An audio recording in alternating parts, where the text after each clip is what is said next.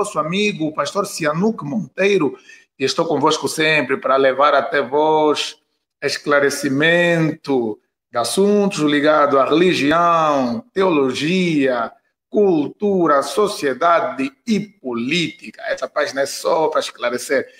Prometido é devido, já estou aqui com o meu convidado, ele que não é estranho, ele já é habitué aqui na casa, a página também é toda dele. Pastor Israel Miranda, seja bem-vindo à página só para esclarecer. Pastor Cianuque, muito obrigado. Dizer que é uma alegria, um prazer sempre poder estar com o Senhor para partilharmos algum ponto e conversarmos sobre a vida, sobre a fé, sobre o mundo, sobre Deus e hoje em especial sobre pentecostalismo, né? É um prazer, Exato. uma alegria estar aqui. Boa. Para quem está assistindo o nosso vídeo e não conhece o pastor Israel Miranda, quem é o pastor Israel Miranda?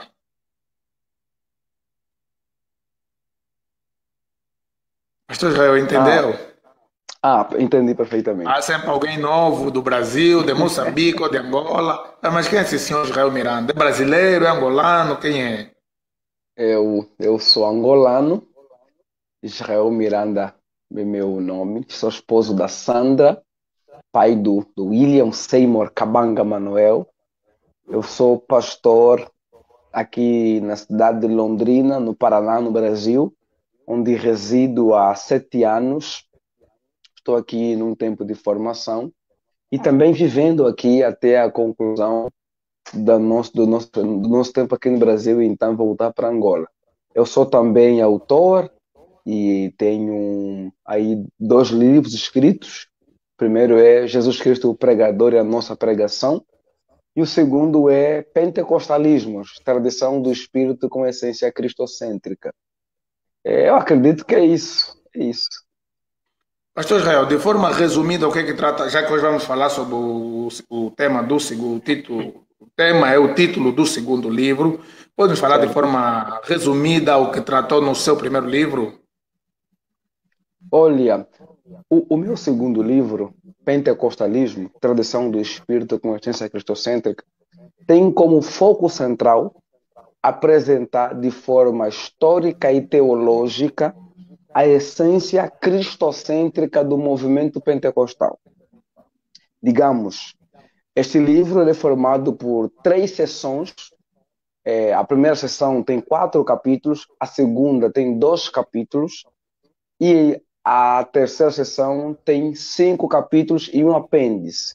Essas todas as sessões, o foco deles é apresentar como o movimento pentecostal relaciona a sua ênfase no Espírito Santo com a centralidade de Cristo Jesus que há na Escritura e na tradição evangélica que os pentecostais estão inseridas.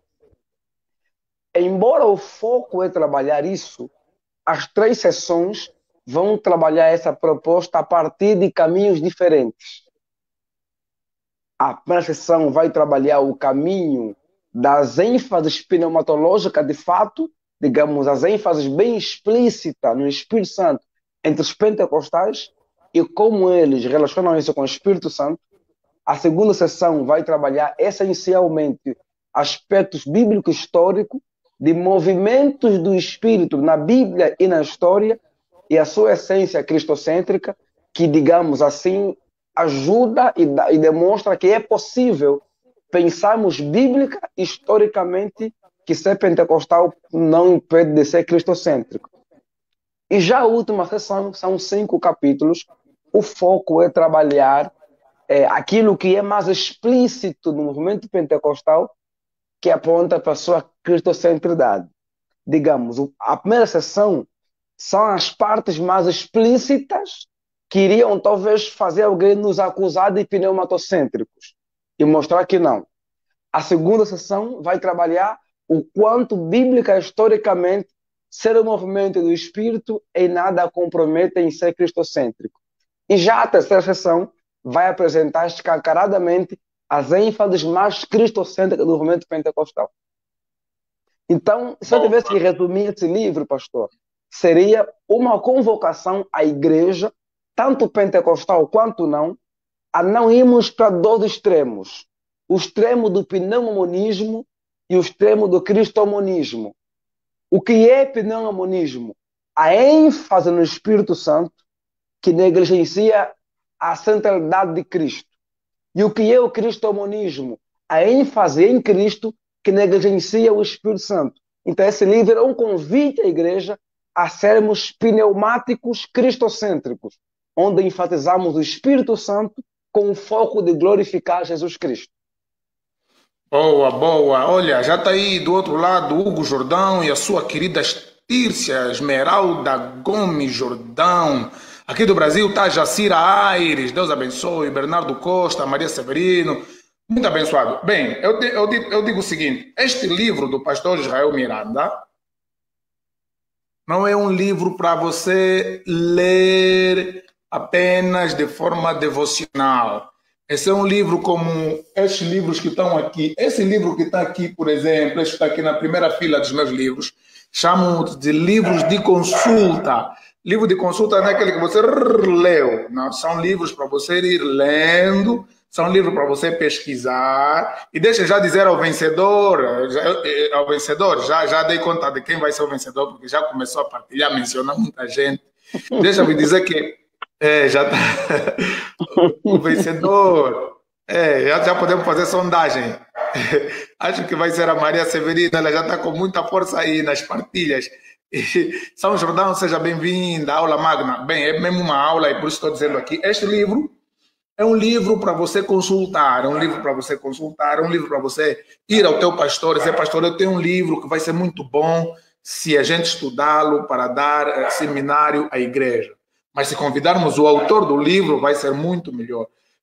Bem, pastor Israel Miranda, eu quando olho para si, você que muito enfatiza o pentecostalismo, o Espírito Santo, e você teve o teu primeiro filho e deu o nome de Seymour. É só Seymour ou William Seymour? William Seymour. William Seymour. Para quem não sabe, William Seymour é o precursor do movimento pentecostal. E então, Israel Miranda mostra que ele tem mesmo um chamado, um apego pela pessoa do Espírito Santo e pela pneumatologia. Fala-nos um bocado disso. O que te levou a escrever esse livro? O que te leva a relacionar o teu filho com a pessoa de William Seymour? Explica-nos um bocadinho isso aí.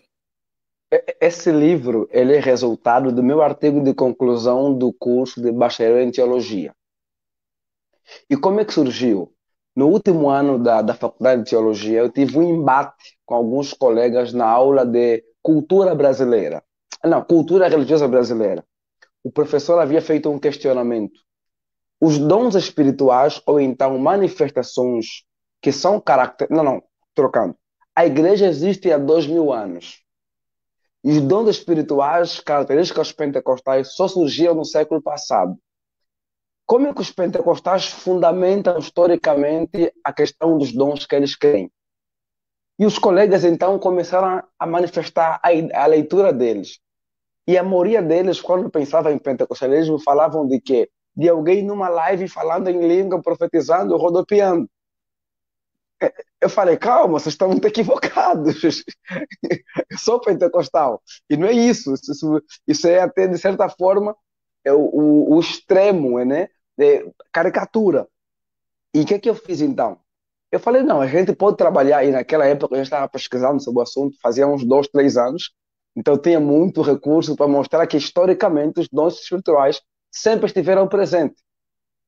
Só que a pergunta do prof foi uma pergunta retórica. Ele tinha também um material com argumentos cronológicos, inclusive uma sequência cronológica de dons ao longo da história da igreja. Então, como professor, conseguimos mostrar que os dons sempre estiveram presentes na história da igreja e também podemos mostrar para eles que é possível falar de pentecostalismo sem caricatura. Desse embate com os colegas, que terminou muito bem, porque deu para esclarecer muitas coisas, eu então tive o questionamento: quais são os mitos mais recorrentes quando o assunto é pentecostalismo? E nas minhas pesquisas, 2 subsaíram. O primeiro é o mito de que os pentecostais colocam a experiência acima da escritura, porque cremos nos dons conhecidos como dons de revelação. E quando eu fui olhar na fala portuguesa, já tínhamos muitos livros que defendiam que isso era um equívoco. que quer-nos não usar em nada inibe a crença no Sola Escritura ou na Bíblia como norma de fé e prática. Só que quando eu fui olhar o segundo mito, eu percebi que era o mito de que os pentecostais tinham uma visão deficiente de Cristo porque enfatizavam o Espírito Santo. Quando eu fui observar na fala portuguesa sobre esse assunto, eu percebi que na teologia pentecostal, os livros clássicos sempre enfatizavam que somos cristocêntricos, mas não tinha um único livro trabalhando isso. Só encontrei 2 livros, o livro do Gutierrez Siqueira, Espírito e a Palavra, que tem um capítulo falando que somos cristocêntricos. E no ano passado saiu um outro livro do Tio Daniel, que também teve um capítulo falando sobre isso. Falei, então eu vou ter que escrever alguma coisa sobre isso na fala portuguesa, para que a gente tenha. Porque na fala inglesa tinha um livro do Robert Mendes chamado Centrado em Cristo, que foi publicado também em 2020, e tinha um livro do Vonde que trabalhava a ideia de sermos também cristocêntricos. Falei, então eu vou escrever alguma coisa na fala portuguesa. Então isso me fez focar a minha pesquisa na relação que os pentecostais fazem do Espírito Santo com a centralidade de Cristo Jesus. E então desenvolvi o artigo em 3 capítulos e depois de entregar na faculdade, eles aceitaram, gostaram, decidi ampliar para 11 capítulos e um apêndice. E aí isso resultou nesse livro aí. Pastor Israel Miranda, você tem noção, eu não sei, né? Você é o autor, não sei se você tem noção da dimensão da obra que você nos apresenta. Porque essa é a primeira obra em Angola. Você citou 2 pastores brasileiros, mas em Angola nunca houve. Em Angola nunca houve. Então este livro que está na minha mão, para vocês estão a me ouvir, é a primeira obra desta dimensão, deste gabarito, deste assunto, não só para o pentecostalismo, mas para o evangelicalismo angolano. Tem noção disso, pastor Israel? Eu diria para o senhor que não necessariamente. Eu acho que é uma forma de contribuir para a igreja angolana, e aqui talvez eu seria um pouquinho ousado, até para a lusofonia, porque nós não tínhamos uma obra especificamente sobre esse assunto. Então ela é um tanto quanto inédita na fala portuguesa. Não tínhamos Puxa, um livro. até para lusofonia, irmãos, vocês estão aí, estão ouvindo isso, estamos a falar. Estamos a dizer na língua portuguesa, estamos a falar Brasil, estamos a falar Portugal, estamos a falar Angola, estamos a falar Moçambique, estamos a falar Guiné, estamos a falar Cabo Verde. Ou seja, na língua portuguesa, Israel Miranda nos apresenta então um livro teológico, um livro sobre pentecostalismo. Muito bom. Poderíamos então dizer, pastor Israel Miranda, que o Espírito Santo foi trazido para a academia, visto que muitos acham que se estudarem, uns veem que há antagonismo entre ser cheio do Espírito Santo e trabalhar o lado racional. E estava aí do outro lado o Hugo Jordão, e o Hugo Jordão já anda muito chateado, ele posta muito sobre isso. Mas, na verdade, é possível, eu no meu endosso, não, deixa-me ler aqui. Tem muitos endossos aqui no livro, mas eu quero ler todos. Vou ler o meu, vou ler do Hugo Jordão e vou ler o meu. E depois vou fazer perguntas sobre o meu endosso. Tem muitos endossos aqui, tem do Josias Silva, esses endossos que eu chamo de adoço, tem do Edilson Fontes, e tem do Valdemir Pires Moreira. Eu vou ler primeiro do Hugo Jordão, que diz o seguinte: a presente obra constitui-se num verdadeiro divisor de águas. Isso não apenas pelo brilhantismo teológico e metodológico do autor, mas porque o Deus, Espírito Santo, é colocado em seu devido lugar e Cristo glorificado por meio dela. Israel Miranda acaba de brindar não somente a tradição pentecostal, mas o corpo de Cristo também, como um clássico que há de perdurar por gerações. Hugo Jordão, engenheiro, graduado em teologia, fundador e editor do projeto Apologética Mangolé. Muito verdade as palavras do Hugo Jordão. Sou o endosso do Hugo, puxa, na lusofonia, sim senhora. Os angolanos não estão a deixar mal. E aí eu me sinto muito orgulhoso. São jovens são jovens que pensam, porque a gente está aqui no Brasil, o Israel sabe, está aqui comigo no Brasil. Normalmente, e ontem eu falei disso quando falava sobre cosmovisão cristã. Na live de ontem eu falei que as pessoas sabem o que lhes deixam saber, porque as pessoas dependem da mídia. Por exemplo, os brasileiros sabem o que a mídia ocidental os apresenta, mesmo com a internet. Então, a noção que eles têm da África, o Israel sabe disso, é de imbondeiro, hiena, selva, savana. Então, e somente as pessoas que convivem conosco é que conseguem enxergar que, afinal de contas, puxa, tem angolano que saiu da Angola, que já veio mais ou menos preparado, lúcido, para também nos instruir. E lendo Hugo Jordão, está a partir de Portugal, Porto, me sinto muito orgulhoso. Quero ler agora o meu endosso, que também é um adoço, que diz o seguinte: Israel Miranda demonstra neste livro que os pentecostais não olham para o livro de Atos dos Apóstolos como um livro meramente histórico, mas essencialmente como um livro de atos que podem ser experimentados por todos os crentes até nos dias de hoje. Demonstra claramente que é possível, sim, ser um pentecostal de mente cheia e de um coração ardendo com a chama do Espírito Santo para a glória de Deus. Cianuque Monteiro, teólogo, pastor e escritor. E a minha pergunta surge a desse endosso. Israel Miranda, é possível uma pessoa ter uma mente brilhante e ainda assim ter o coração cheio do Espírito Santo? Ou à medida que vai desenvolvendo a capacidade intelectual, racional, e do momento que vai aprendendo a argumentar de forma lógica sobre pentecostalismo ou pneumatologia, perde o fogo do Espírito Santo? Não, não, porque primeiro, quanto mais a pessoa conhece, mais se descobre ignorante. E quanto mais eu conheço de fato, mais eu tendo a me tornar humilde. Porque eu vou descobrir que o conhecimento é um oceano e aquilo que eu tenho é muito pouco comparado àquilo que de fato é, não tem como exaurir. E isso, sem dúvida, me deixaria mais humilde. Só que tem um outro ponto, que é a questão do esclarecimento. O conhecimento me faz compreender as coisas como elas são de fato. E isso implica dizer que eu posso corrigir alguns erros, e corrigir alguns erros às vezes pode fazer alguns acharem que eu esfriei, e quando na verdade o que eu tinha era excesso e não a coisa na medida correta.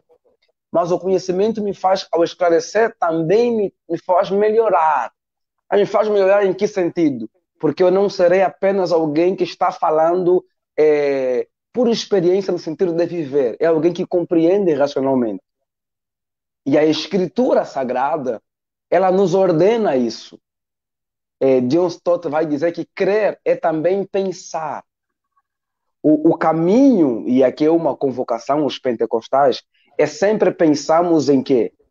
O zelo dirigido pelo conhecimento e o conhecimento inflamado pelo zelo.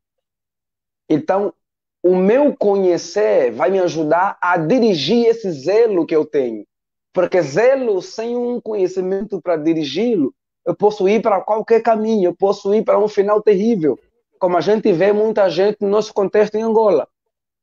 Pessoas que têm os dons, por não ter o conhecimento, se perderam quando surgiram algumas propostas interessantes.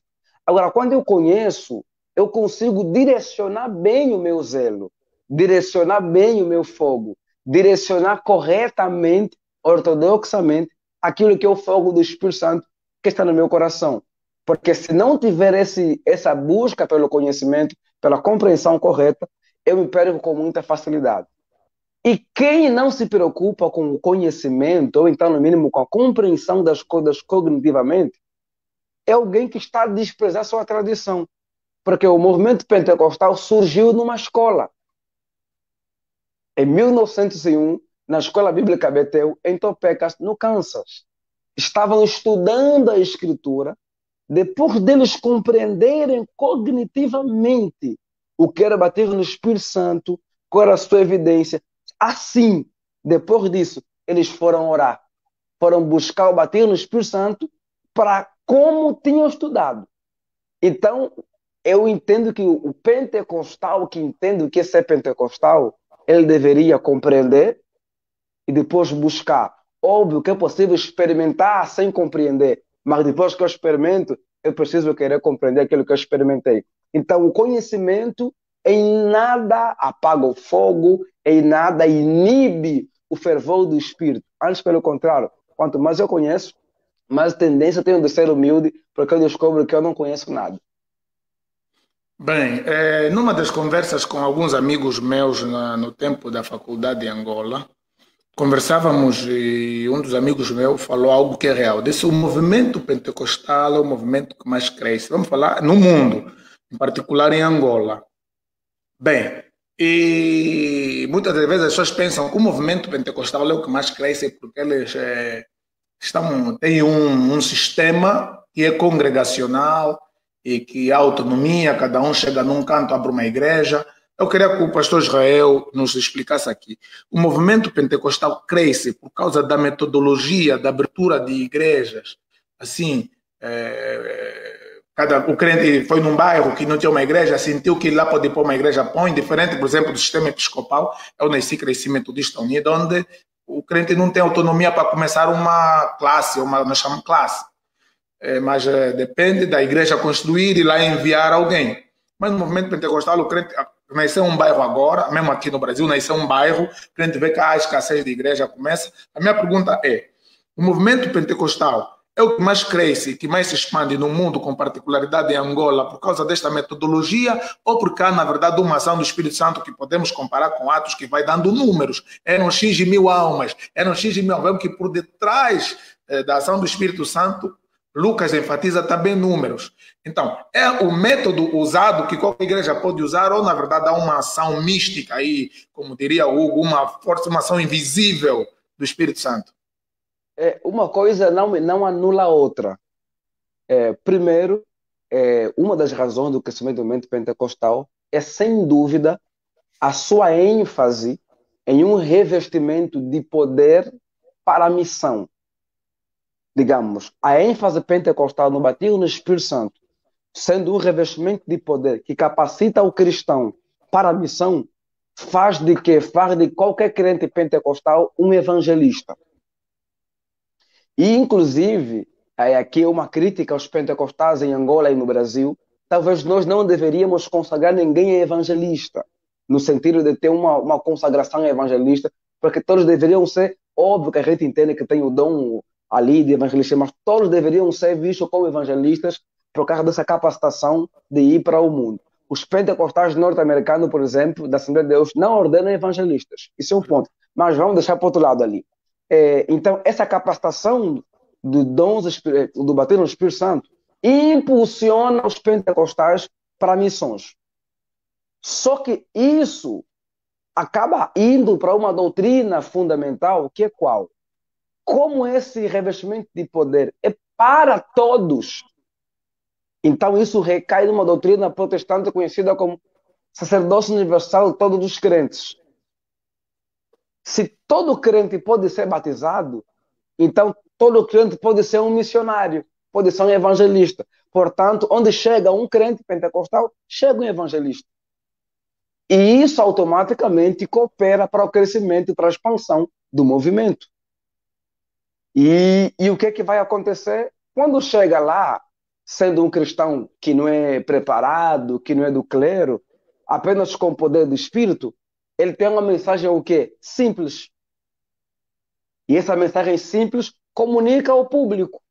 Por quê? Porque geralmente o acadêmico quer falar mais difícil.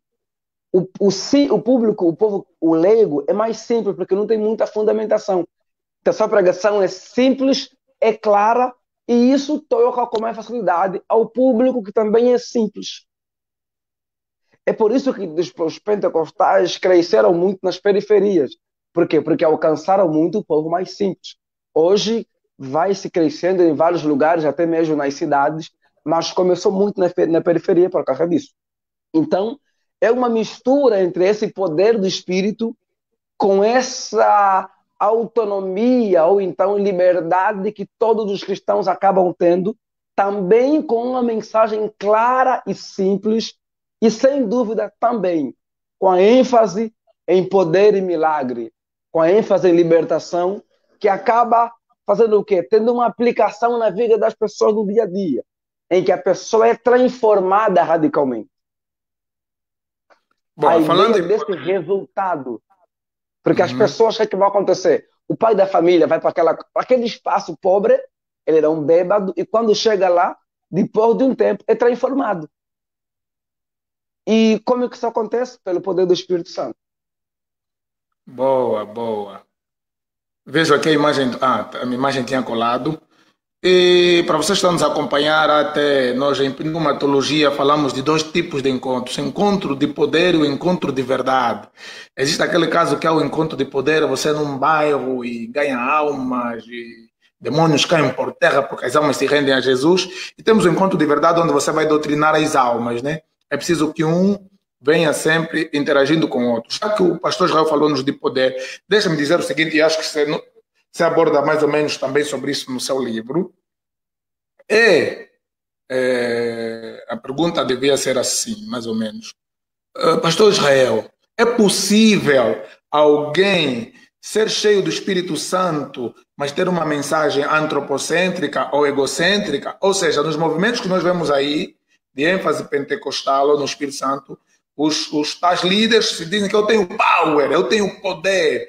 E no seu livro eu penso que você disse que a pessoa que é usada pelo Espírito Santo, ele quer buscar a glória, quer glorificar a Cristo. Mas é possível ser cheio é mesmo o Espírito Santo está dentro dessas pessoas, ter o Espírito Santo e querer mostrar a glória humana, ter uma mensagem antropocêntrica, egocêntrica. Podemos dizer que a emoção é mesmo o poder do Espírito Santo, mas a pessoa é que não entende bem. Perfeito. Antes que eu responda objetivamente, deixa eu fazer um pequeno. Voltar um pouquinho para a Escritura. Na Escritura, em Atos e nas guerras do Novo Testamento, quando a gente vê alguém cheio do Espírito Santo e vai pregar, a sua mensagem é cristocêntrica. Atos capítulo 2. Pedro é cheio do Espírito Santo. E quando Pedro abre a boca para pregar, ele vai dizer: vocês mataram Jesus, mas saibam que ele é inocente. A morte não o deteve. Ele ressuscitou, foi exaltado pelo Pai. Cristocêntrico. Estevão é cheio do Espírito Santo. O que Estevão vai fazer? Vai pregar e faz uma construção da história da redenção. A história de Israel até chegar para Cristo como aquele que é o justo. A gente vai encontrar, mas quem? A igreja de Atos, um resumo do capítulo 5 de Atos, em que há milagres, há cura, e no final, Atos 5:42 vai dizer: e em todos os lugares, nas casas e nos templos, eles se reuniam e ensinavam que Jesus era o Cristo. Você vai ler mais na Escritura, Felipe vai pregar o evangelho em Samaria. Quando chega em Samaria, Felipe prega, faz algo extraordinário. Naquela cidade já tinha alguém que era o Simão, que era o centro da atenção. E Felipe, então, agora quase que colocam ele como centro da atenção. Mas Felipe faz questão de tirar ele de cena, diz a palavra, e ele os anunciava Jesus Cristo. Paulo é a mesma coisa, é cheio do Espírito Santo e ele vai dizer: eu vos preguei nada mais senão Cristo Jesus e esse crucificado. Então, biblicamente, alguém cheio do Espírito Santo, o seu sermão é Cristo. Vamos pensar historicamente. Na história, e vou pegar só aí no século XIX para não ficar muito longe. No século XIX, antes dos pentecostais, tem os pré-pentecostais. A.B. Simpson, R.A. Torrey, esses nomes como Moody, André Murray, todos eles enfatizaram o poder do Espírito Santo com os pentecostais em Tiso.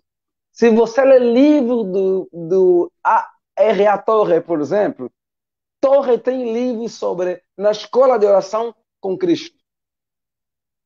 Simpson tem o livro dele, As Quatro Dimensões do Evangelho. Tudo é Cristo.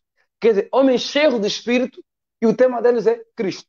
Então, biblicamente, historicamente, quem é cheio do Espírito Santo, sua pregação é cristocêntrica. Agora, para não falar que eu sou muito radical, eu vou tentar atenuar a ideia de que talvez algumas pessoas são cheias do Espírito Santo, mas estão dando vazão, às vezes, a tendências carnais, a modismos, aquilo que dá certo, e estão negligenciando a voz do Espírito Santo.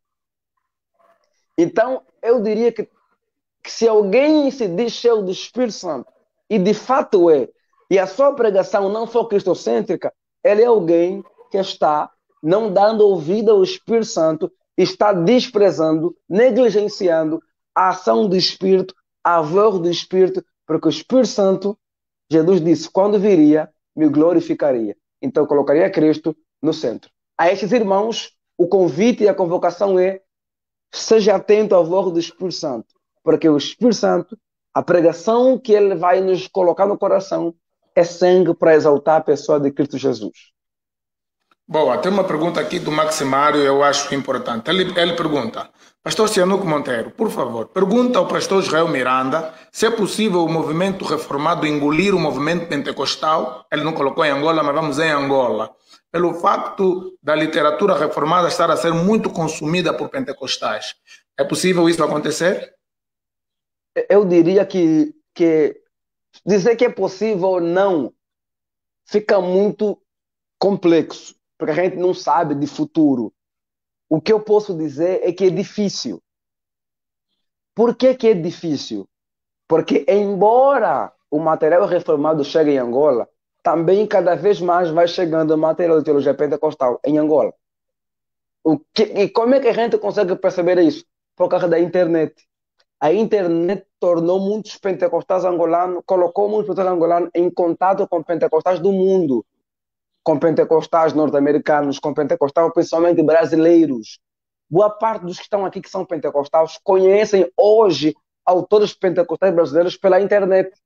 Conhecem o Gutierrez Siqueira, o Cira Daniel, o Ciro Sanches de Borde, o Edilson Fontes, o Tiago Rodas. Quer dizer, hoje os pentecostais angolanos têm contato com o mundo pentecostal do Brasil, com materiais em PDF, recebem muita informação e isso ajuda bastante. E ainda que não tivéssemos nada disso, eu acredito que não seria tão fácil assim. Por quê? Porque cada vez mais vai chegando material no nosso contexto. Um exemplo, a livraria Cucola, que é a nossa editora, eu, Hugo, a Tícia, a Kundi, é uma livraria que levou materiais de teologia pentecostal em Angola. Então, querendo ou não, os caminhos, o desenvolvimento social do país e do mundo, a globalização, vai ajudar bastante para que a teologia pentecostal seja proliferada no contexto angolano. Então, isso podem crer que não vai acontecer. Por que não vai acontecer? Na minha cabeça, por causa da globalização, que tornou cada vez mais próximo esses irmãos pentecostais de todas as partes do mundo, e isso ajuda muito o nosso contexto. E eu acrescentaria que, pela realidade que temos visto em Angola, engolir não vai, mas vamos ter uma espécie de confusão, estamos tendo uma espécie de confusão. Por exemplo, estamos falando do movimento pentecostal, é preciso as pessoas diferenciarem o movimento pentecostal da Assembleia de Deus. Pentecostal chama-se Angola Pentecostal. Na Angola, Brasil, tal, é só a Assembleia de Deus, né? Mas o que acontece é que não temos um padrão teológico pentecostal como um todo. Tem indivíduo que é gracista, está lá. Tem indivíduo que é média, está lá. Tem indivíduo que é reformado, está lá. Ou seja, se vocês notarem, quem vai na Igreja Universal do Reino de Deus, a mensagem que você ouviu no Alvalade é a mensagem que você vai ouvir no Maculusso, o mesmo jeito, a mesma forma. É a mensagem que você vai ouvir em Viana, é a mensagem que você vai ouvir em Talatona. É Iurde, tudo é Iurde. Tudo é fogueira santa. Mas se você visitar, por exemplo, uma denominação, vou dizer já aqui uma denominação para não te citar diretamente, uma denominação pentecostal, você vai no centro de Viana, é um tipo. Você vai no centro do Quilamba Cache, é um tipo. Você vai no centro, aquela é média, mas estão todos da mesma denominação. Então, penso que engolir o movimento comum todo, não. Mas cria essas confusões e não sabemos, mas afinal de contas, o que é que nós defendemos? Tem calvinista lá dentro, tem arminiano lá dentro, tem. Eu penso que isso, ao longo dos anos, vai mudar. Em que sentido? Por causa desse movimento que vai acontecendo nas redes da globalização, que ajuda. Um exemplo clássico. Por exemplo, faz uns 4 anos atrás, a Assembleia de Deus Pentecostal levou o Ciro Daniel em Angola para reafirmar que são arminianos. Quer dizer, na Convenção dos Pastores Assembleanos em Angola, se declarou que a ADP é arminiana. Então, eu acredito que um movimento como esse, embora desconhecido por alguns, é um movimento muito simbólico para o movimento pentecostal em Angola e particularmente a Assembleia de Deus. Por quê? Porque ela acabou fazendo um evento com os pastores, ainda que os pastores não conhecem quase nada de arminianismo, muitos deles, mas é simbólico. E simbólico por quê? Porque pode ser um ponto de pontapé, um ponto de iniciada, perdão, para que mais eventos como esse aconteçam. É uma abertura. Óbvio que ainda estamos longe, mas é um ponto fundamental para esse avanço que a gente vai vendo. E outra coisa, por exemplo, a SAA é um movimento de jovens, mas é um movimento de jovens que toca outros jovens e que vai chegar em muita gente. Isso também, de certa forma, ajuda os pentecostais angolanos a conhecerem mais, por exemplo, de que eles são arminianos, de forma geral. Agora, até mesmo nas igrejas mais tradicionais, calvinista, por exemplo, tem pastor que é arminiano. Eu conheço pastor presbiteriano, que é presbiteriano, mas é continuista. É presbiteriano, mas ele é pentecostal no sentido, é carismático, por exemplo. É presbiteriano, mas ele é arminiano. Quer dizer, nenhuma tradição cristã está isenta de ter no seu movimento ou tradição pessoas que acreditam em algum ponto diferente da deles. Entretanto, no nosso meio, isso é um pouquinho maior do que nos outros. Primeiro, porque são maiores do que muitos deles também. E segundo, porque nós somos mais desorganizados do que eles. Boa, deixa-me saudar aqui os pastores, nós estamos hoje recheados de pastores aqui, pastor Osvaldo Bernardo. Pastor Osvaldo Bernardo agora tem Wi-Fi, ele está a viver já o Brasil e Angola. Deus abençoe, grande pastor Osvaldo, pastor Maria Dauta, ele também que está aqui no Brasil, está aqui em São Paulo. Deus abençoe, rique e poderosamente. Olha, o pastor Osvaldo já está a dizer, o pastor Mário, isso é relativo. Tem outro debate aí nos comentários. Eu não vou me focar muito nos comentários, senão vou me perder. E isso é bom, porque está a aquecer. Deixa-me perguntar aqui. O Bernardo Costa disse: as minhas questões, pastor, olha, as questões vão subindo, vão desaparecendo. Então é melhor voltar a fazer. E eu vou ler para perguntar aqui o pastor Israel. Acho que ainda temos, pastor Israel, são 18 horas. Podemos ainda ter uns 20 minutos ou. Temos aí uns 40 minutos, pastor, se precisar. Ainda tem, né? Então tá bom. Porque eu sei que hoje é dia de culto, então não apressa. Bem, pode voltar a fazer a questão.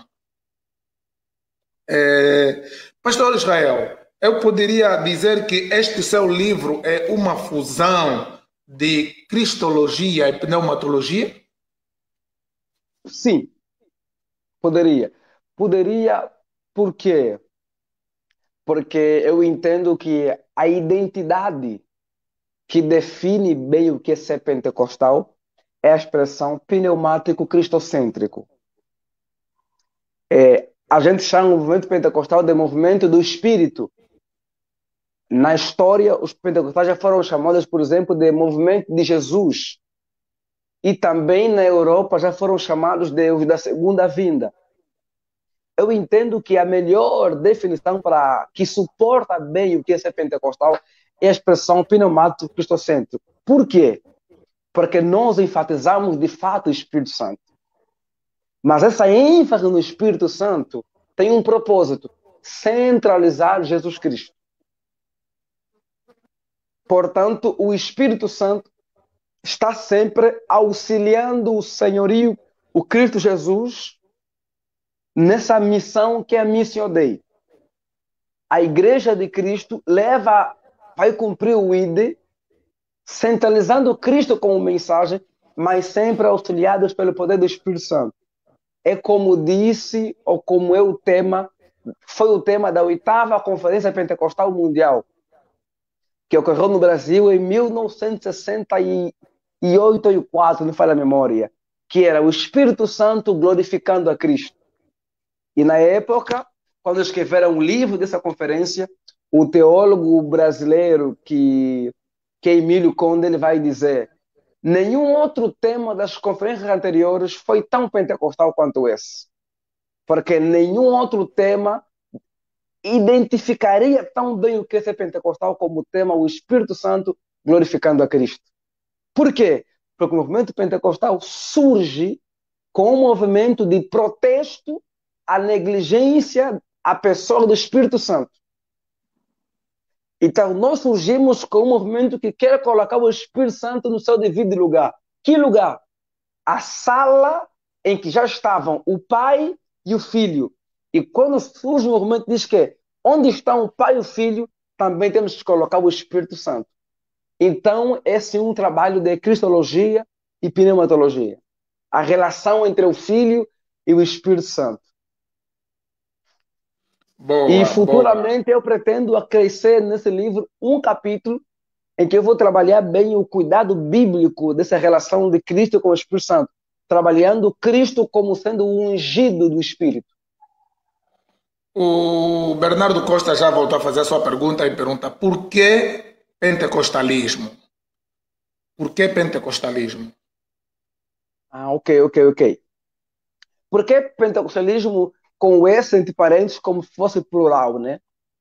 Porque o movimento pentecostal é de fato um movimento plural. O pentecostalismo angolano tem ênfases diferentes do pentecostalismo brasileiro. E o pentecostalismo americano tem cuidados diferentes do pentecostalismo angolano e brasileiro. Isso quer seja em questões teológicas como culturais. Um exemplo clássico, por exemplo, no movimento pentecostal existem duas ou três alas diferentes. Existe a ala dos pentecostais, que são conhecidos como pentecostais wesleyanos, que os primeiros pentecostais foram wesleyanos. Esses enfatizavam, por exemplo, a ideia de três experiências: salvação, santificação e batismo no Espírito Santo. E santificação para eles era no molde de Wesley, a ideia de santificação plena. Já tem os pentecostais conhecidos como pentecostais da obra consumada no Calvário, ou então pentecostais em que sua ênfase em santidade é mais reformada luterana, a ideia de santificação progressiva. E, e essa é a leitura da Assembleia de Deus Pentecostal e as igrejas pentecostais em Angola. Portanto, já estão a falar de quê? De pentecostalismo. Pentecostais wesleyanos e pentecostais mais da obra consumada na questão da santificação. São diferentes teologicamente. Outro ponto é que os pentecostais, por exemplo, norte-americanos, eles consagram mulheres ao ministério. Os pentecostais em Angola não ordenam mulher ao pastorado, só à diaconia. Já no Brasil, a CGADB, a Assembleia de Deus, não consagra a mulher, mas a Madureira já consagra, a Quadrangular já consagra. Então você percebe que são aspectos, uns são complementaristas, outros são igualitaristas. São todos pentecostais. Exemplo, o pastor Sihanouk é um pentecostal que acredita, que defende o igualitarismo. Eu sou um pentecostal com inclinação mais para o complementarismo. Somos pentecostais, mas nesses aspectos somos diferentes. Um outro ponto é o governo de igreja. O pentecostalismo norte-americano ele é mais congregacional. O pentecostalismo brasileiro e angolano tem ali algumas nuances episcopais e por aí vai. Então a gente percebe que são detalhes diferentes. Sem tocar, por exemplo, no aspecto de que nós pentecostais angolanos temos as questões culturais africanas, os nossos louvores, batemos palma. Já que no Brasil, a Assembleia de Deus, por exemplo, não bate palma a algumas delas. Outro ponto, nós em Angola celebramos muito o Pentecoste e a Páscoa. Aqui no Brasil, nem tanto. Então, nós seguimos mais o calendário litúrgico do que os outros. Um detalhe que eu termino essa pergunta aqui. No Chile, a maior igreja pentecostal do Chile é a Igreja Metodista Pentecostal.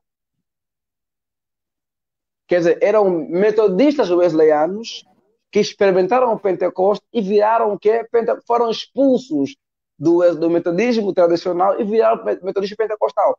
Quer dizer que tem ênfases diferentes em alguns pontos dos outros pentecostais. Então, são pentecostalismos em algumas ênfases, sem deixar de termos aquilo que é a espinha dorsal do movimento a nível universal. Eu quero ler aqui esse elogio. Pastor, eu gosto muito da maneira como o senhor fala do Espírito Santo. É muito didático e essencialmente profunda, sem deixar de ser histórico. É fantástico. Deus Glória a Deus. abençoe. Eu sei que os elogios não sobem à cabeça do pastor Israel. Ele é muito humilde. Eu quero aprender com ele. Aprender Deus com dele o essa Senhor. humildade. Ai, graças a Deus. Glória a Deus. Pastor Israel, há um termo muito usado por si que é pneumatocêntrico, já que o pastor tem essa capacidade de transformar pedras em pães, ou seja, pegar no termo teológico que é meio difícil para fazer as pessoas assim entenderem e glorificarem a Deus. Fala-nos em palavras miúdas, o que é isso de pneumatocentrismo? Pneumatrocentrismo é, é a centralização do Espírito Santo na pregação, no louvor, no culto, no movimento, na vida. Geralmente, o pneumacentrismo aponta muito para o pneumamonismo, quando se enfatiza o Espírito Santo e e tira Cristo do centro. E na história da igreja, nós encontramos o quê? Nós encontramos dois extremos.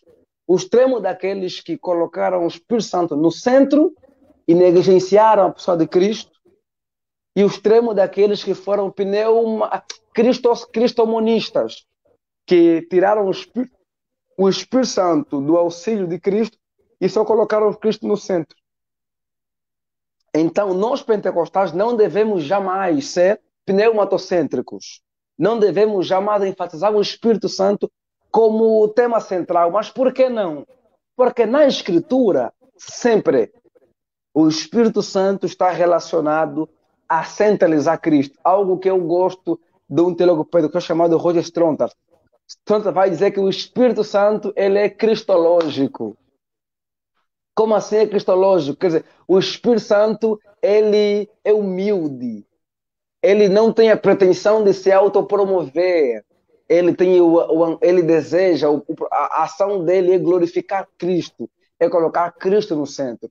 Então nós não devemos ser pneumatocêntricos. Temos que ser cristocêntricos, mas sem deixar de desprezar o Espírito Santo. Resumindo, nós temos que ser pneumaticamente cristocêntricos e cristologicamente pneumáticos. Boa, Pastor Israel, alguém tinha me perguntado em Angola, se alguém é testemunha de Jeová, se nós podemos dirigir orações a Jesus. Eu disse que é muito normal a gente dirigir orações a Jesus e apresentei como exemplo o texto que Estevão, o primeiro mártir, sendo apedrejado, disse: Senhor Jesus, receba o meu espírito. Ou seja, aquilo que Jesus Cristo disse na cruz: Pai, a ti entrego o meu espírito. E Estevão também disse: Senhor Jesus, a ti entrego o meu espírito. A minha pergunta para si é possível o crente orar ao Espírito Santo? Sim, é possível. É possível porque o Espírito Santo é Deus. É, embora a gente trabalhe de forma didática, a ideia de que oramos em nome de Cristo para o Pai, impulsionados pelo Espírito. Isso é uma forma didática para que a gente entenda o quê? As funções, digamos, a economia trinitária, né? Mas quando pensamos em Deus, orar o Espírito Santo não tem problema algum, porque o Espírito Santo também é Deus. Embora quando pensamos na forma como ele se relaciona com a gente, na economia trinitária, nós vemos que o Espírito Santo nos impulsiona para a oração, oramos em nome de Jesus e oramos para o Pai. Mas isso em nada compromete uma oração direcionada ao Espírito Santo. Em nada. Até porque o Espírito Santo é o nosso consolador, nosso auxiliador, e é Deus, acima de tudo. Pentecostes sem Cristo, o que seria isso? Pentecostes sem Cristo. Boa. Pentecostes sem Cristo, pastor, é a tentação de enfatizarmos do Espírito Santo sem colocar Cristo no centro. Ah, é poder, é fogo, é o mover do Espírito. Mas quando abre a boca, parece que a gente não conhece nada de Cristo. Sabe quando perdemos Cristo do centro? Quando você vai num movimento, num culto em que tem aquele fervo, aquele mover, profecia, língua e nada de pregação cristocêntrica. Isso é um Pentecoste sem Cristo.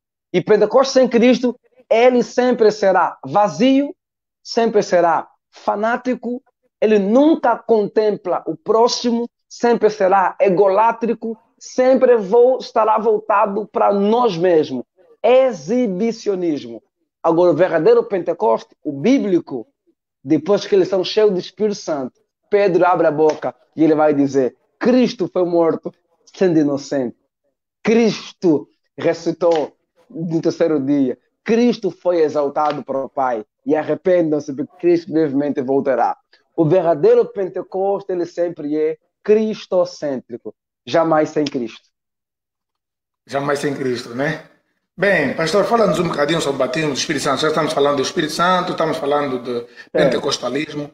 O que é o batismo com o Espírito Santo? Como é que uma pessoa pode saber se é ou não batizada com o Espírito Santo? O batismo no Espírito Santo é uma experiência pós-conversão.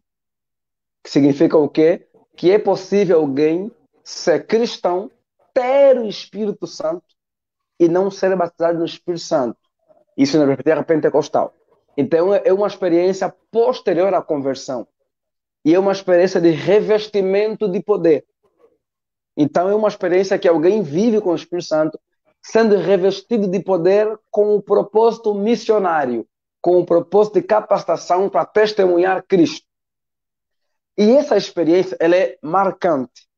Os pentecostais, de forma mais restrita, alguns enfatizam que é evidenciado que o sinal de que é batizado no Espírito Santo é falar em língua de estranhos.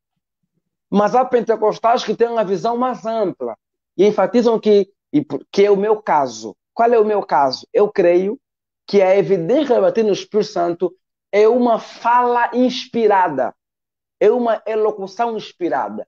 E por que eu creio assim? Primeiro, a partir do Antigo Testamento.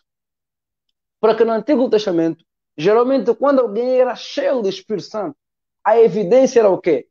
Profecia. Em Números, os 70 que Moisés partilhou com eles a unção foram cheios do Espírito. E eles que profetizaram. Isso é o quê? Uma fala inspirada. Quando a gente vai ler 1 Samuel capítulo 9, em que Saul é cheio do Espírito Santo, Saul profetiza com os profetas também. Quer dizer, a profecia, a fala inspirada está ali evidenciando isso. A gente vai ler também em Joel, vão ser cheios do Espírito e vão profetizar. Também fala inspirada. A gente chega em Lucas capítulo 1, o que vai acontecer? Isabel é cheia do Espírito Santo e ela profetiza também. Zacarias é cheio do Espírito Santo e ele profetiza também. Simeão e Ana, ali em Cristo, quando é apresentado, são cheios do Espírito Santo e também profetizam. Digamos, antes do Pentecoste, quando se tratava de alguém cheio do Espírito, tinha sempre uma fala inspirada. Quando chega em Atos, eles são cheios do Espírito, o que vai acontecer? Eles falam em língua, fala inspirada. Só que há relatos em Atos, como Atos 19, em que os homens em Efésios profetizavam e falavam em língua. Quer dizer, duas falas inspiradas. Já em Atos 10, na casa de Cornélio, eles profetizam, eles se alegram e falam em língua. Fala inspirada. Então, na minha cabeça, a evidência do batismo no Espírito Santo é uma fala inspirada, que pode ser profecia, que pode ser língua, que pode ser uma alegria que a gente não consegue explicar, que pode ser um louvor espiritual, que pode ser também talvez uma ousadia para testemunhar. Então, na minha cabeça, eu sou dos pentecostais que creem que a evidência inicial é uma fala inspirada. Boa, há aqui uma pergunta. Pode uma pessoa ser batizada com o Espírito Santo antes de ser batizada pelas águas ou nas águas? Sim, pode sim. Porque o batismo nas águas não é o condicionamento para ser batizado no Espírito Santo. O condicionamento para ser batizado no Espírito Santo é a conversão. Primeiro eu sou convertido e depois batizado. Embora pode ocorrer no mesmo dia. Uhum. Porque quando a gente olha para a Escritura, aqueles que foram batizados no Espírito Santo foram aqueles que antes tinham recebido o Evangelho e foram salvos, né? Para ajudar também o irmão que perguntou, nós temos Pedro em casa de Cornélio, né? Aí uma manifestação do Espírito Santo e Pedro vai dizer que o Espírito desceu a eles do mesmo jeito que desceu a nós no dia de Pentecostes. Perfeito. E então é aquilo que o pastor falou. Qual é a diferença? Pergunta a Dani Mandavela Papadior. É homem, é homem, o Dani. Qual é a diferença entre batismo no Espírito Santo e batismo com fogo? Boa pergunta, viu, pastor? Não que as outras não fossem boas, mas essa é uma pergunta de teologia bíblica que tem embates entre os pentecostais, e inclusive na minha pós-graduação do Novo Testamento, com presbiterianos, eles, a gente, foi acho que antes de ontem, falamos sobre isso e foi muito especial. Uhum. Por exemplo, primeiro, vamos lá. Entre os pentecostais não há unanimidade quanto a isso. Existem pentecostais que defendem que bater no Espírito Santo é o revestimento de poder e batismo com fogo é condenação para os ímpios. Isso está lá em Lucas e em Mateus também. Mas há pentecostais que também defendem que batismo no Espírito Santo e batismo com fogo são, digamos, facetas do mesmo batismo. É como se fosse o único batismo que tem essas ênfases, que tem facetas um pouquinho diferentes. Por exemplo, os pentecostais da COGIC entendem que e também os da Igreja Pentecostal Holiness também creem que o batismo no Espírito Santo é esse poder, revestimento de poder, mas ao mesmo tempo acaba tendo uma faceta de santificação, purificadora. E alguém diria, então os pentecostais que creem que esse batismo com fogo, também o batismo no Espírito Santo, são fracos. Não. Quando se faz a exegese desse texto, a conclusão que se chega, e sem a gente ser muito fechado na nossa percepção, é que não há incoerência em defender que o fogo ali não tem a ver com o batismo de condenação. Por quê? Porque o texto no grego não trabalha a ideia de dois batismos, ou pelo menos permite que se interprete que está se falando de um batismo apenas. Só que o que acontece? Gente como Marco Granconato, que defende que um batismo é para cristão e o outro é para os ímpios, vai tentar debochar de alguns pentecostais que defendem que são batismos, que o batismo no fogo também tem a ver também com esse revestimento. Mas ele acaba não enfatizando o detalhe de que no grego a gramática permite, no mínimo a interpretação gramatical, permite pensar que os dois batismos, ou então são apenas o único batismo com ênfases diferentes. Então, se tiver que pensar em diferença, a resposta é não há unanimidade.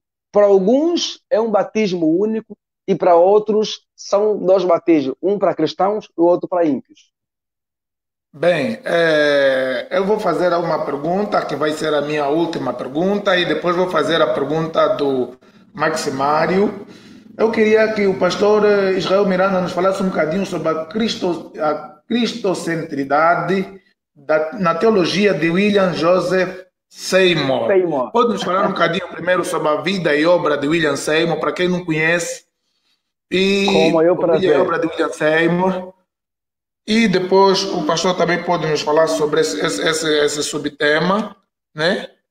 Visto que ele sendo negro nos Estados Unidos, num período difícil, como foi isso aí, para que a gente possa então aprender.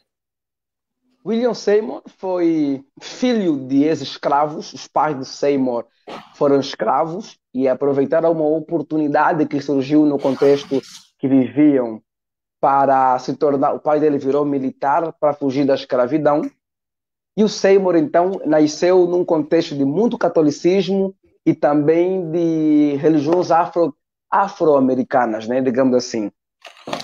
E Seymour se tornou, para mim, o pioneiro pentecostal mais importante. Por quê? Porque ele era negro, cego. Pastor, desculpa, enquanto você fala, eu vou só mostrar aqui, pode falar a fotografia de William Seymour, para quem não... Perfeito. Seymour viveu nesse contexto e havia no contexto que ele vivia uma lei chamada Jim Crow, que proibia que negros e brancos ficassem juntos no mesmo local. E os negros no sul onde ele morava eram muito discriminados. E então ele se mudou do sul para o norte e descobriu que no norte os negros tinham certos direitos. Ele ficou trabalhando, acabou virando garçom e também trabalhou em um hotel e se converteu na igreja metodista, né, episcopal.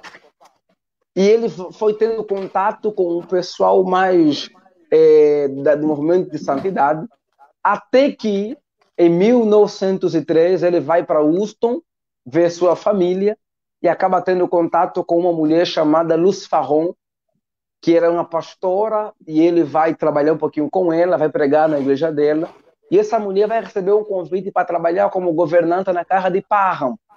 E ele vai ficar nessa igreja, e essa mulher vai experimentar o poder pentecostal com Parham. Seymour, nessa época, era ainda Holiness. Quando ela volta para Houston, ela fala para Seymour do poder pentecostal e apresenta Seymour para Parham. Então, Seymour vai estudar na escola de Parham, e como o Parham era branco, e naquela época brancos e negros não podiam ficar juntos, Seymour teve que estudar na janela na escola de Parham. Então, Seymour ali aprendeu a teologia pentecostal, e em 1905, Seymour recebe um convite para ser pastor auxiliar, ajudar a pastora Julia Himitsu, na cidade de Los Angeles, numa igreja Holiness. Ele chega na igreja, ele prega sobre justificação, santificação, cura divina, volta de Cristo, só que ele vai pregar o batismo no Espírito Santo com evidência da língua estranha. E a igreja era Holiness, e não criam assim. Então ele vai ser expulso. Não vão deixar mais ele entrar na igreja, vão fechar a igreja com cadeado, ele não vai entrar. Só que um casal, chamado casal Ausberg, gostou do que ele falou e o convidou para orar com eles na casa deles. E então, na rua Bonnie Bray, da casa do casal Ausberg, começaram a orar. E o Seymour orava 7 horas por dia. E foram orando. E aquela casa começou a ficar pequena, as pessoas começaram a vir, mover do espírito. O teto da casa caiu, a varanda caiu, de tão cheio que ficou. Ele teve que alugar um espaço na rua Azusa 312, num templo metodista que estava fechado. Ali aconteceu o avamento, conhecido como o avamento da rua Azusa, onde o movimento pentecostal se tornou do movimento localizado para o movimento global. Pessoas do mundo todo iam para Los Angeles para ver o que estava a acontecer. E ali, então, o pentecostalismo saiu do movimento que tinha 8 a 10 mil pessoas, ao movimento que alcançou o mundo, as 4 partes do mundo, África, Ásia, Europa, por causa do movimento da Rua Azusa. Então, Seymour, embora não funda o pentecostalismo, sem dúvida, ele foi o catalisador, aquele que, através dele, Deus impulsionou o movimento pentecostal. Então, Seymour é esse indivíduo importantíssimo, que apesar do racismo, apesar da segregação, apesar do pecado do racismo, em Azusa, e é interessante, eu gosto disso, em Azusa, enquanto nas outras igrejas, em alguns lugares, havia segregação, em Azusa, os pretos colocavam a mão na cabeça dos brancos e não tinha problema algum. Os brancos oravam com os pretos, com os negros, e estavam no mesmo lugar. E o interessante, é significativo, que o líder era um negro e não agiu de forma racista. E mais ainda, como diz Frank Bartman, em Azusa, a cor racial foi lavada pelo sangue do Cordeiro. Digamos, não era a cor racial, era a cor do sangue de Cristo. Então, Seymour, esse líder pentecostal, embora fosse carismático, embora fosse fervoroso e tinha esse poder do Espírito, a sua teologia era muito cristocêntrica. Não estou dizendo que ele não tinha erros teológicos. Tinha, mas tinha muitos acertos. E na sua teologia ele foi muito cristocêntrico. E como é que eu provo isso? Primeiro, a partir da sua biblicidade. William Seymour foi um homem que sempre trabalhou muito com Bíblia. Um exemplo clássico, quando ele ia argumentar um assunto, ele dizia, diz a Escritura, como está escrito, leia na Escritura. Quando, por exemplo, alguns irmãos questionavam os dons espirituais, ele fazia o que? Ele dizia, não, vamos para a Escritura. O que diz a Escritura? Quando ele mesmo nem tinha experimentado o poder pentecostal, ele ensinava, não por experiência, mas porque estava escrito. Então, a essência que se alcança a teologia é vista primeiro a partir da fundamentação bíblica. O segundo detalhe é qual? É a partir das ênfases que ele dava. Sendo um movimento pentecostal, tinha exageros também. Lógico que tinha. Todo avamento tem exagero. Por quê? A ação perfeita de Deus é dada no meio de homens imperfeitos. Portanto, vai ter defeitos e erros. A gente tem que entender algo que John Wesley orou. O anjo dizia, Deus, manda o teu avamento sem defeitos. Mas se não for possível, manda ele mesmo assim, com todos os defeitos. Porque mais vale um avamento com defeito do que uma vida sem avamento. Então, Seymour, sabendo disso, o que ele fazia? Dizia, não olhem para as experiências, olhem para Cristo. Não tirem os teus olhos de Cristo. Por quê? Porque quem busca, quem olhar para a experiência, ele falava isso, vai ter experiência com magia, com bruxaria. Então, nós não queremos mais.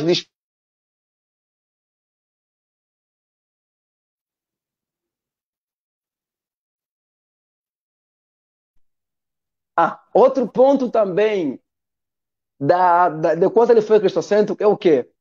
É como Seymour se considerava um pregador de quê? Pregador da preciosa expiação. Ele dizia, nós que somos pregadores da preciosa expiação, temos que pregar tudo isso. O que é que o Seymour chamava de tudo isso? Justificação, santificação, cura divina, batismo no Espírito e volta de Cristo. A pergunta, isso não é cristocêntrico? Justificação é Cristo. Santificação por meio de Cristo. A cura divina era pela expiação.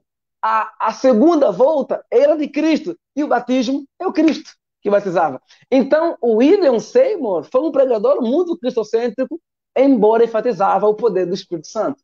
E tem uma série de questões aqui que eu poderia enumerar sobre...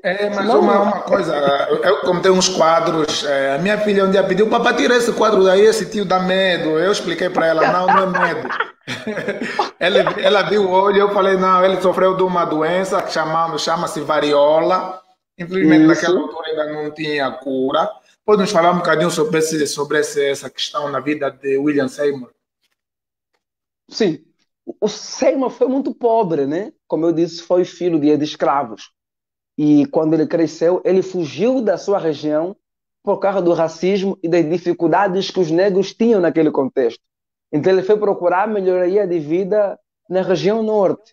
Trabalhou como garçom, ele não estudou assim, por exemplo, por 10, 20 anos. Ele sempre estudava em pouco tempo. Via uma escola, estudava aqui e ali, estudava, mas ele foi muito autodidata, porque não tinha muitas condições. Tudo muito precário. Então, as condições na época e o mundo também não tinha as tecnologias que temos hoje. Então, muitas questões que poderiam ser resolvidas em termos da saúde, não conseguimos resolver. Então, ele acabou sofrendo esse problema por falta mesmo também de condições de finança e das condições que na época não eram muito boas. Isso afetou bastante ele, mas mesmo assim não impediu que ele se tornasse, como diz um autor não pentecostal e não cristão. William Seymour é dos líderes religiosos mais importantes dos Estados Unidos da América no século passado. Eu diria, não só dos Estados Unidos da América, mas do mundo. Por que do mundo? Porque o movimento pentecostal, que ele foi um dos precursores, que ele foi um dos principais nomes, influencia o mundo até hoje.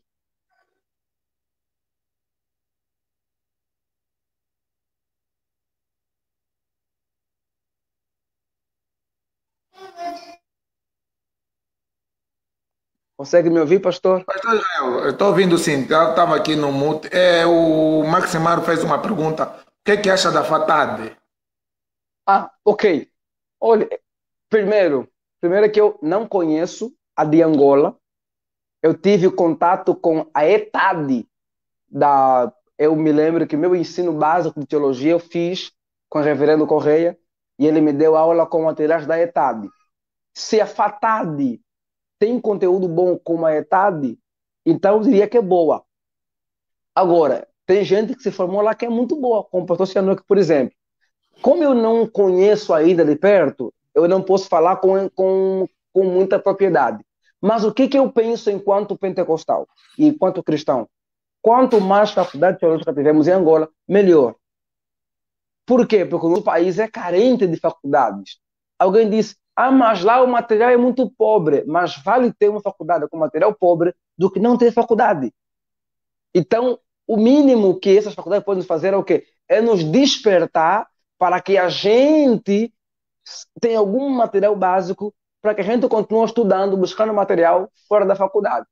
Então, o que eu diria é, independentemente se é rica ou não, e não estou aqui falando que é ruim ou não, porque eu não conheço de fato, mas na minha cabeça é melhor que tenha, ainda que não seja grande coisa. Mas é melhor ter do que não ter. É melhor que a gente estude lá do que não ter que estudar. E eu Boa. acho que é boa, por quê? Porque tem gente de fora boa por lá, dando aula, por exemplo, né? Reitores, eles têm contato com pessoas do Estado da América. Então, ainda que não tivesse, é melhor que tenhamos uma FATAD com possíveis defeitos do que não tenhamos nenhuma FATAD em Angola. Por isso, você recomenda? Recomendo não porque sei como é, recomendo porque é melhor que a gente faça do que não ter para fazer.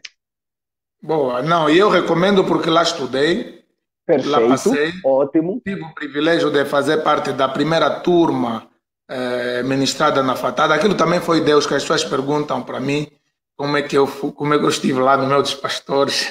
Eu fui colega do reverendo Francisco Sebastião, que é o líder da Assembleia de Deus Pentecostal de Angola.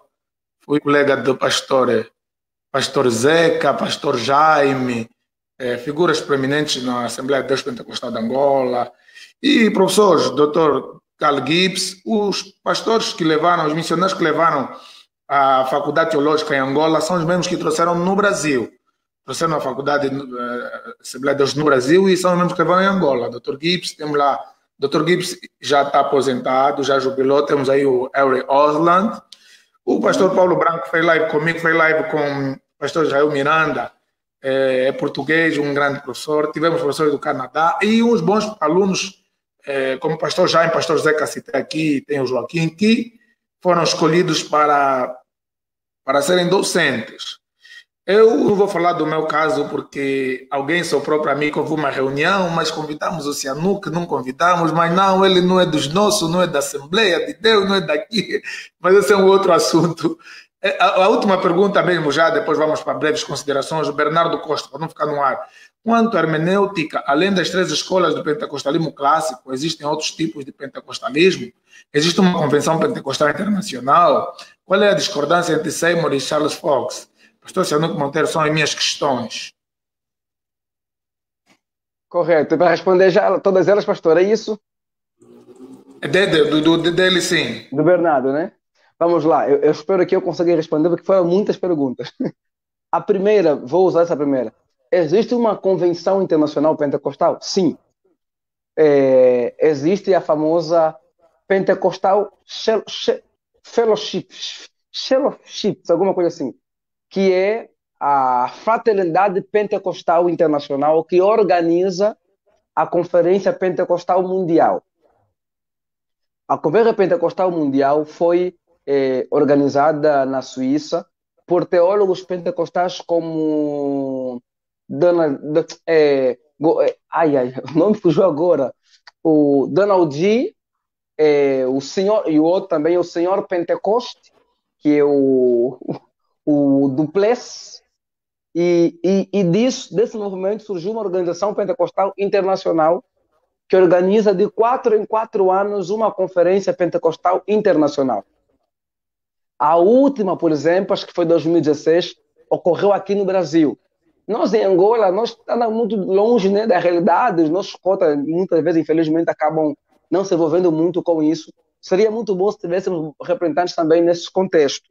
E iríamos, quem sabe, um dia ter um evento em Angola, porque reúne pentecostais do mundo todo, que participam nessa conferência que é mundial. Além disso, tem também, por exemplo, os eventos, ou então as frentes, ou as fraternidades das denominações. Por exemplo, a Assembleia de Deus Pentecostal tem a fraternidade da Assembleia de Deus no mundo todo. Embora cada país tenha uma independência, mas há uma fraternidade universal, assim como tem também com outros movimentos. Quanto à hermenêutica, ele perguntou às 3 escolas, né? A escola de Cleveland, a escola de, que eu não falo inglês, que é Spiriton, alguma coisa assim, e a escola da Europa. A escola da Europa é uma escola que enfatiza bastante a ideia do ecumenismo.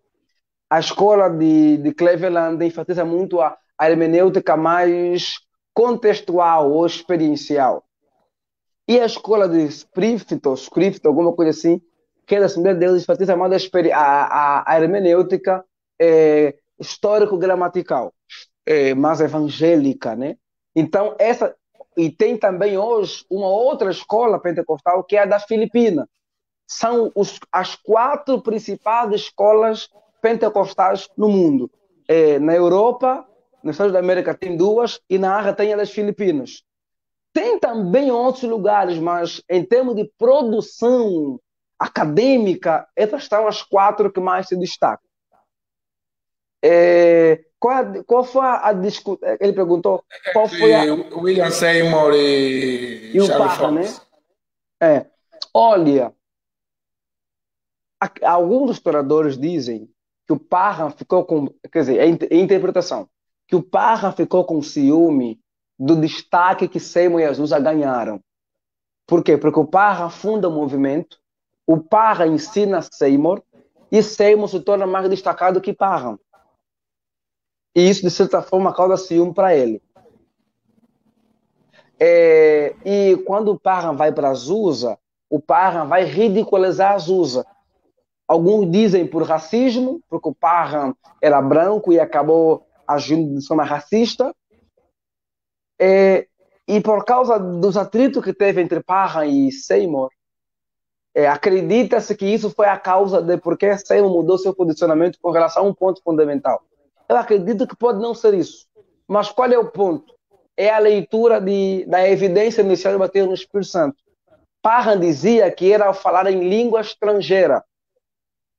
Seymour também cria nisso. Mas depois, em 1907 para frente, no meio do ano, Seymour mudou de opinião.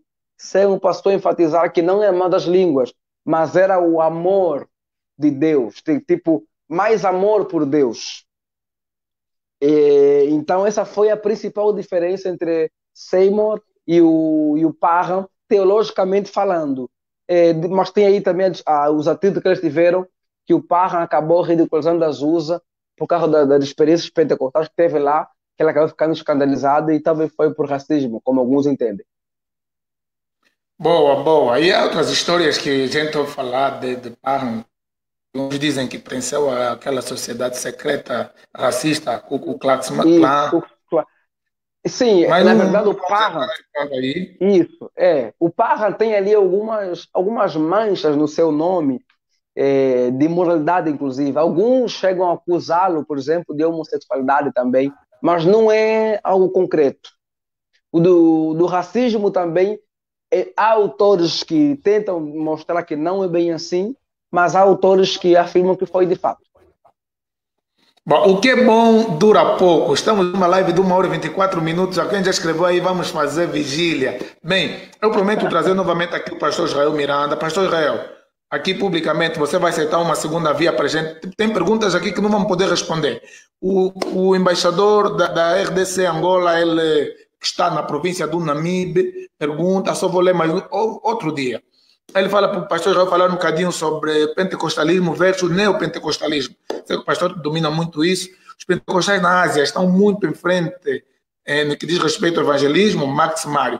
São questões que não vamos poder responder agora, até porque o pastor Israel vai ter culto e hoje, daqui a pouco, e eu também estou com algumas atividades, mas pelos comentários já deu para ver que é uma aula magna. E deixa-me dizer aqui que nós vamos lutar para que o livro do pastor Israel esteja na mão de todo o que se chama pentecostal em Angola. Vamos lutar para uma conferência, uma magna conferência em Angola com este jovem aqui para falar para os mais velhos. Olha, vai ser bênção, vai ser bênção. É. Não, nós vamos lutar. Se não for 2022, pastor Israel, pelo menos princípio de 2023, mas isso tem que acontecer. Amém. Vamos lutar para organizar uma magna conferência. Tudo assim mesmo, já saí da live e já vou abarrotar o meu Facebook com comentários sobre isso. E você que está aí, que queira o livro do pastor Israel, ele vai fazer possível de mandar novo kit para Angola. Eu sei que vai ser uma bênção muito grande. Chegaram em Angola alguns exemplares. Os meus rapazes têm em mãos 4 exemplares ainda. Então, quem estiver interessado pode nos contactar. E a editora Quitanda... 4 sem contar com que vamos presentear alguém, ou já conta com esse?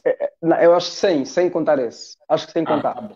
Tá bom. E também a editora Quitanda me informou que levou mais alguns exemplares em Angola. Então, os irmãos que tiverem interesse podem nos contactar aqui no Facebook e a gente vai dar as orientações para o pessoal que estiver interessado. Então, você que está do outro lado, quer ler este livro, já falei que esse livro não é um livro só para ler, ele é um livro de pesquisa, é um livro de consulta, é um livro, assim, meus livros já arrumo aqui os de consulta, que você tem que estar sempre aí lá, passa um mês, vai mais lá, vai dar um seminário, vai mais lá, vai pregar, vai mais lá. Então, esse livro está entre os meus clássicos aqui na minha casa. Pastor Israel Miranda, muito obrigado pela sua disponibilidade. Você apresentar aqui o sábado na Paz na Só para esclarecer. Tem muitos pastores aqui, pastora Manuela Manuel. Olha, o Daniel também a partir do Namibe. Pastor Israel vai ter que rodear toda Angola. Isso é uma bênção grande. Namibe, olha, eu fui bem recebido, bem hospedado pelo Daniel, pelo a Infantina, pelos irmãos da Assembleia de Deus Pentecostal do Namibe. Quando estive lá, fui bem recebido, bem acolhido. Aproveitando sua audiência, caso o senhor me permita, eu queria convidar os irmãos a se inscreverem no meu canal no YouTube. Convida, pastor, vamos lá. Queridos, eu tenho um canal no YouTube, chama-se Ponto de Equilíbrio por Israel Miranda. A proposta é produzir conteúdo, pensarmos sobre Deus, a fé, o mundo e o homem. E então, estamos com 440 inscritos e a nossa meta é alcançar 1000 inscritos. Você podendo, vai lá, se inscreva, que toda semana temos 3 vídeos no canal, ok? Obrigado. Vamos lá. Ajuda o pastor Israel Miranda, inscreva-se no seu canal, porque vai ser muita bênção, é muita bênção. É um privilégio para mim estar com ela aqui. E, pastor Israel, eu acho que ainda esse ano também vou te convidar para vir conhecer aqui a minha cidade, Mogi Guaçu, vir trazer esse ensinamento que é muito abençoado. Eu tenho muita coisa no meu coração em relação ao ministério do Senhor. Muito obrigado. Amém. Deus rico e poderosamente abençoe. Aqui para a gente também. Exato. Para você que está do outro lado, saiba que nós vamos ter uma live na terça-feira super abençoada. Do mesmo jeito que teve essa live, muito mais ainda você precisa estar. Vamos falar com o sociólogo e pastor Lúcio Marques. Vamos falar com o Frei, ele é pastor da IECA.